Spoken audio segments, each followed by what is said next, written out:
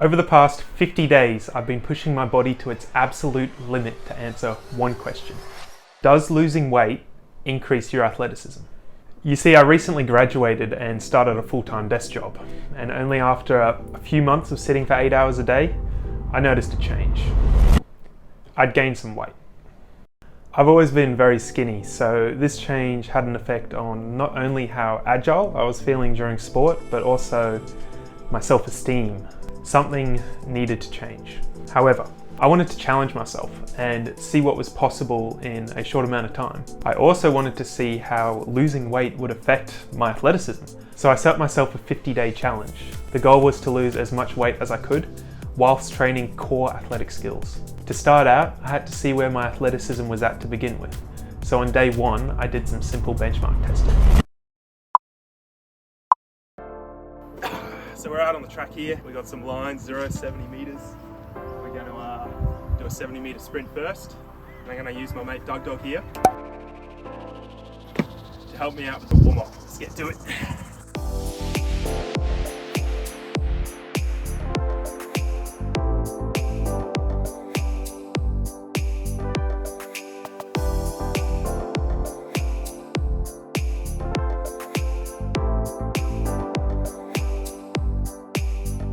With the warm-up done, I was ready for the sprint.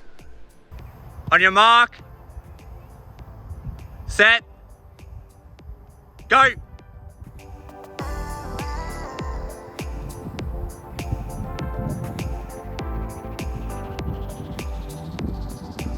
.05 seconds for the sprint. On to the next test.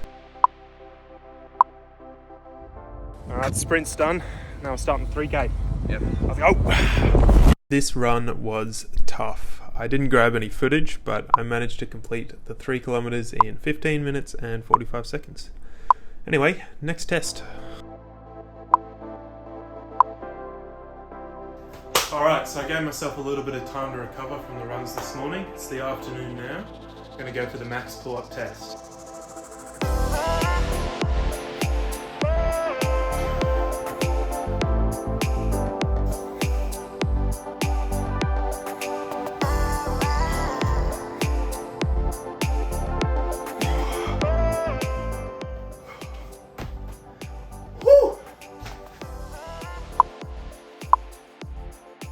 Max pull-ups done, bloody rough, but we're going to go for the max push-ups now. Let's get it.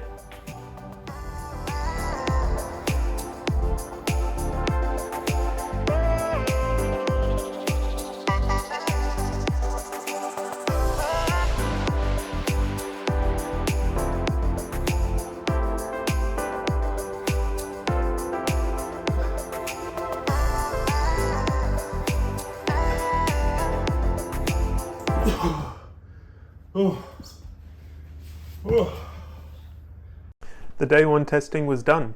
To recap, I did the 70 meter sprint in 9.05 seconds. I did the 3 kilometer run in 15 minutes and 45 seconds. I did 4 pull-ups and I did 18 push-ups. With a starting point established, it was time to weigh myself. I bought a scale and I used this scale to record my weight at the same time of day, every day. On top of weighing myself every day, I also took some progress photos every day to see if there was going to be a visual improvement when I lost the weight. With all of the day one work out of the way, it was time to hit the drawing board to come up with a training plan for the next 50 days. I needed to jam as much training into the week as I could whilst working around my full-time job. I created a weekly plan, splitting the days into mornings and afternoons. On Sunday arvos, I play football, so I decided to keep that morning free. I scheduled some push and pull workouts for Monday and Tuesday arvos, and Friday and Saturday arvos. On the remaining afternoons, I put my intense cardio sessions, with a fast run and a sprint workout. To work off some more calories and boost my cardio further, I decided to do some light running on the mornings of my resistance training. And that's it. That was the plan. 11 training sessions a week. Should be simple, right? Apart from the training, it was also important for me to track what was going in my body, since one of the main goals is losing weight. So for the diet, I kept it pretty simple. My only rules were I would limit my daily added sugar intake to 10 grams a day, and I would try and avoid carb-dense foods entirely. So with everything planned out, the only thing left to do was to just go for it. I was feeling very optimistic about this challenge to begin with, especially with the running improvements just rolling in. So it's day 4, just finished my morning run, and this morning was the first morning I actually felt comfortable in parts of the run, which is a big win. Actually felt light on my feet, and I feel great right now as well. So it is day 5, and on tonight's run I ran at a 5-minute K pace for 3 Ks. So it's a big improvement for only 5 days in. My push and pull workouts were also going really smooth. I was seeing small improvements in every session, which was exactly what I wanted.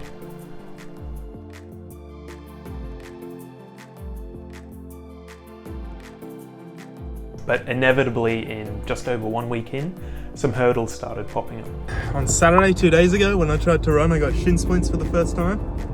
And so to be able to do this challenge sustainably, I need something a bit lower impact sometimes. And today we tried some swimming, which is the first time I've done laps in about 8 years. So I'm pumped.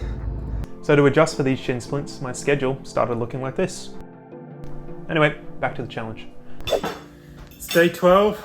Just had to run in the rain for a race run. I got like a 40-second PB as compared to last week, so yes! Even though my training performances were improving, one thing wasn't improving as much as I wanted it to. So today's day 17, and it's a bit of a low point in the challenge for me. I've been sticking to the exercise, I've been fairly strict with my eating, and the scale just isn't going down. I really felt like giving up at this point in the challenge, since if there wasn't going to be a significant weight change, then the whole challenge was for nothing. I decided that I just needed to keep pushing through and just trust in the process.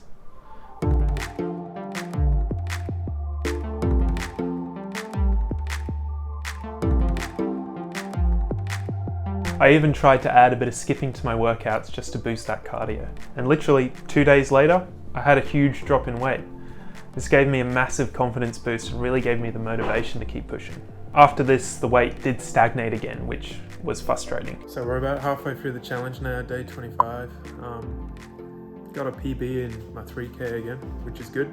But I think I'm letting the diet slip a bit because I'm not seeing the weight drop as much as I want it to, which is fine. But this specific period of the challenge really informed me as to the sporadic nature of weight loss. I want to touch on this more, but I'll do it at the end. So today is the 25th of December, Christmas Day. It is about 9:30 in the morning, and I'm out at this beautiful running track. It's usually very busy. Obviously being Christmas, no one's here. But we're going to be eating a lot of food today, so I'm going to try and work it off in advance in the morning. Yeah, let's go. Gotta say, Christmas Day is a hot day in Australia. Oh. Holy that was a hard run. As you can see, I was pretty motivated on Christmas Day to keep the challenge going, but I had some big holidays planned for the 2 weeks after this, and so I decided it would be best to just put the challenge on hold for a couple of weeks. I'm just back from a 2-week break over Christmas and New Year's. Took the break for a couple of reasons. One is to enjoy Christmas, enjoy family, enjoy the holiday, and not feel that pressure and stress of having to restrict what I eat. But that wasn't the only reason for taking the break, because you see, now, when I'm running, there's no pain in my shins. See, the only way to treat shin splints, so one of the only ways is to rest, and they were becoming unbearable because I was running so often.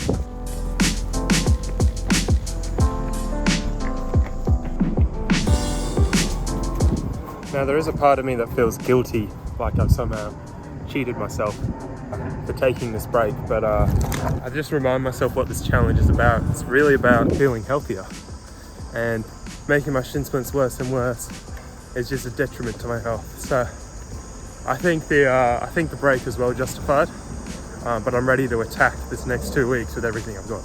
And I really did give it everything I had, pushing harder than ever.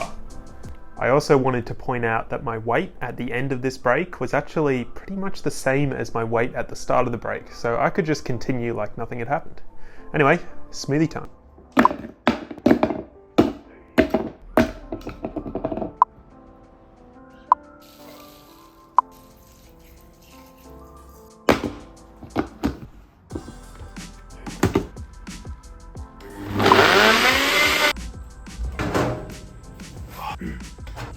So today is Tuesday. challenge ends this Saturday, so I guess you could call this about day 46. I woke up with a bit of neck pain yesterday, so I couldn't run, which is a bummer, but I ended up doing a long walk instead, so we're still on track. Gonna try go for a run again tonight, see how it goes. If not, I might just rest up till Saturday, till testing day. Even though I encountered some weird temporary neck pain, my shin splints at this point had disappeared completely, which was such a relief. My neck was hurting on the runs at this point, so I decided to give my neck a rest and squeezed in one more pull-up session before day 50. And just like that, here it was, day 50, the big day. It was time to see if 50 days of grueling effort had paid off. First was the sprint. On your mark.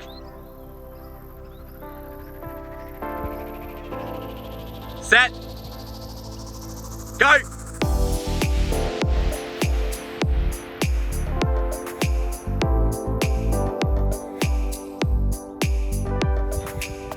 And I got slower. If I'm being honest, this was the skill that I expected the least improvement in. Improving your fast twitch muscle fibers requires a lot of specific dedication and training, and sprinting once a week was not the way to achieve this. Regardless, I was a bit disappointed, but I didn't have the time to dwell. It was time to hit the 3-kilometer run. I knew my run was going to increase dramatically since day one, since every Wednesday I was tracking how I was going on my fast run.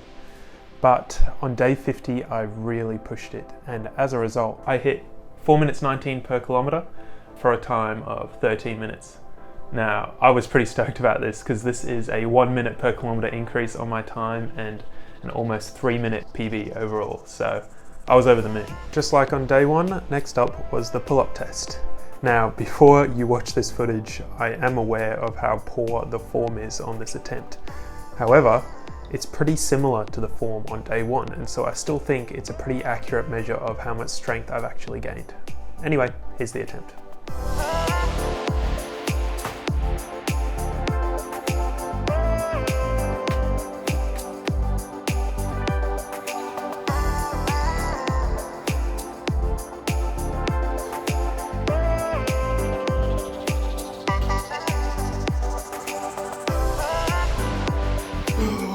So I went from 4 pull-ups on day 1 to 10 on day 50.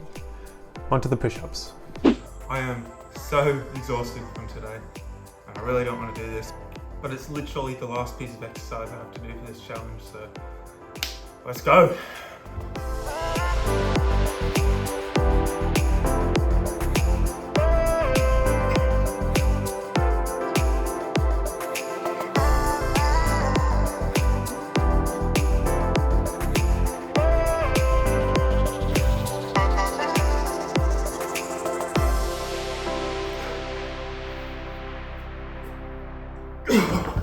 So for the push-ups, 18 on day 1 and 31 on day 50. Time to see how much weight I actually lost. Here was my weight on day 50.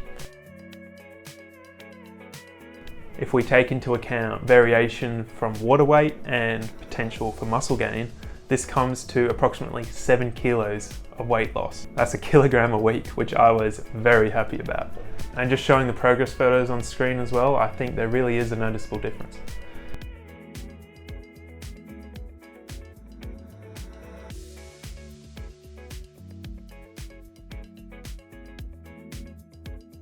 Using the daily photos I was taking, I was able to make a quick time lapse, because who doesn't love a good time lapse? And then I've just got the final before and after photos here as well.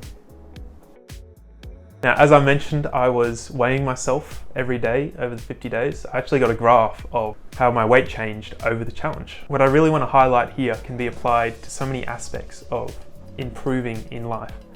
And it's that the graph is not linear. There are days like these where you're going backwards from a whole week of effort earlier.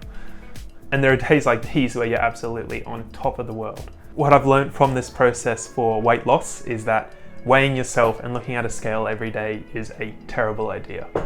The highs are high, but the lows are incredibly low. Even on the days that I'd lost weight, I wasn't feeling happy as much as I was just feeling relieved. I think rather than looking at a scale, focusing on how the exercise makes you feel and the quality of life is a much better approach. The last thing I want to touch on is Was this all worth it, and would I recommend it? Yes and no. Let me explain. The results are pretty awesome. You get to see a more athletic version of yourself and you feel stronger and more confident. But it's not always about just the results. I really did not enjoy the process at all. The 50 days were not fun at any point. Training with that amount of volume on a caloric deficit just means you have no energy all the time. Every workout is a challenge to start, and you do not look forward to any of them. If I were to approach this challenge again, I definitely wouldn't set myself a deadline. Rather, I'd focus on doing exercise that I actually enjoy. I also would not check the scale every day, and I'd go in a less extreme caloric deficit. I think this would be a much more sustainable way to build permanent, healthy habits rather than unhealthy relationships with exercise and food. Now, this being said, I'm still really glad I did the challenge. It was a huge mental battle, and it's really given me the confidence boost to tackle bigger things in the future. That being said, if you enjoyed this video and you're interested in these types of videos, please consider subscribing. I've got heaps of ideas for future challenges, and I'd love to have you along for the ride.